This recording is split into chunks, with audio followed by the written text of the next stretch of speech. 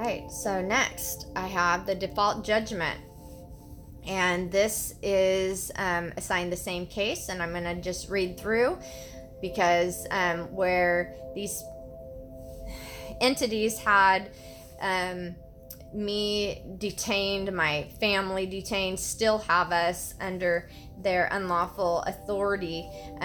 They never did respond as ordered, and they are operating under the color of law and continue to do so, trying to be cloaked in these corporations, trying to conceal their true identities. And only men and women can come against men and women. You can't hide behind these corporate identities, and you can't make other men and women into corporate fictions as well. And there's a huge amount of fraud that's going on. So here's what the default judgment says.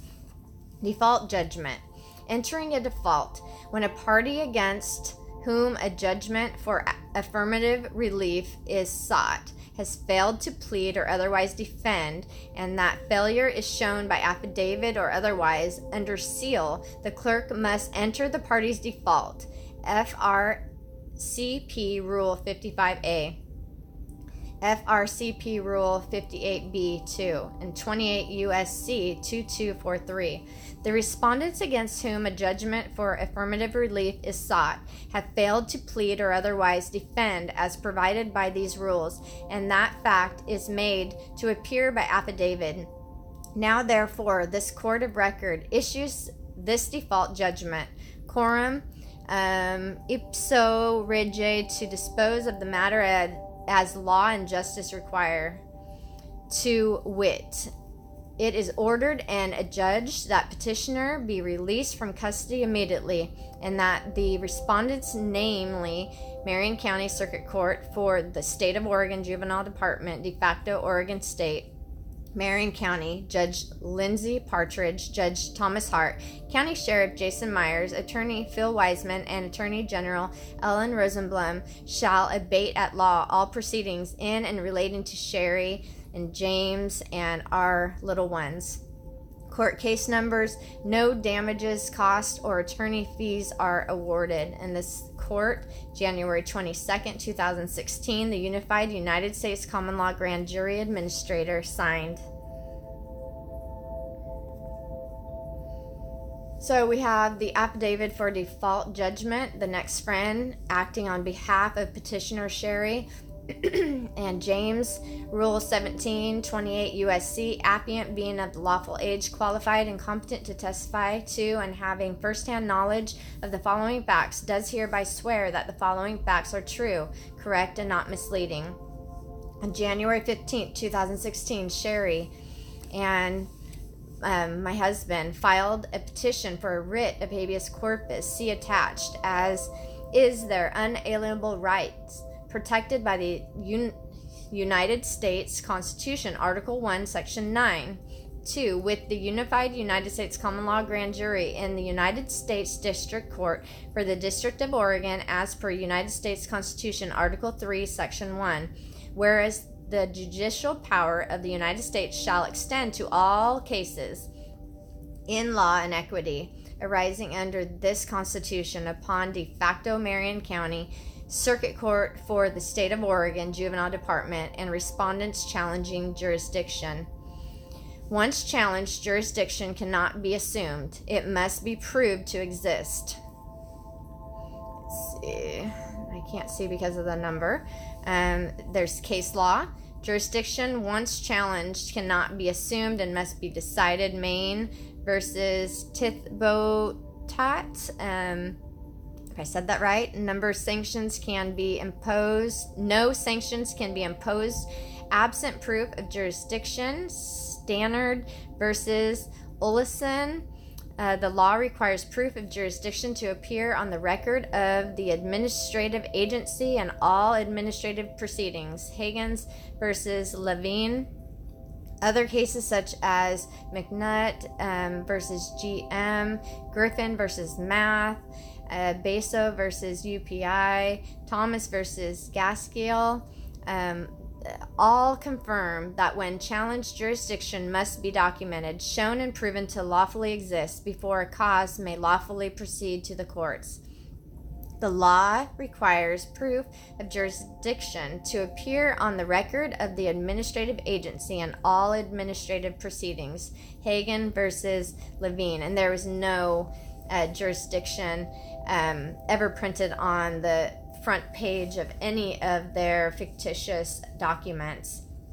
It says, on January 15, 2016, a habeas corpus writ of habeas corpus order to show cause and writ Centario issued, see attached, from the aforesaid federal court as per 28 U.S.C. 2243, whereas the grand jury did file writ habeas corpus, as is the unalienable right of the King's Bench, presenting issue of both fact and law, and thereby determining the applicant as entitled thereto. The court ordered Judge Lindsay Partridge, Judge Thomas Hart, County Sheriff Jason Meyers, Attorney Bill Wiseman, and Attorney General Ellen Rosenblum to show cause why the writ should not be granted.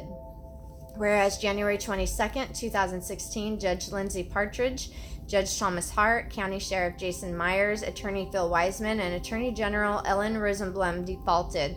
The record shows that no respondent made any return, no respondent requested more time to answer, and no respondent provided any objection to the proceedings, and thereby law requires de facto court to abate at law and release of restraint on both person and property.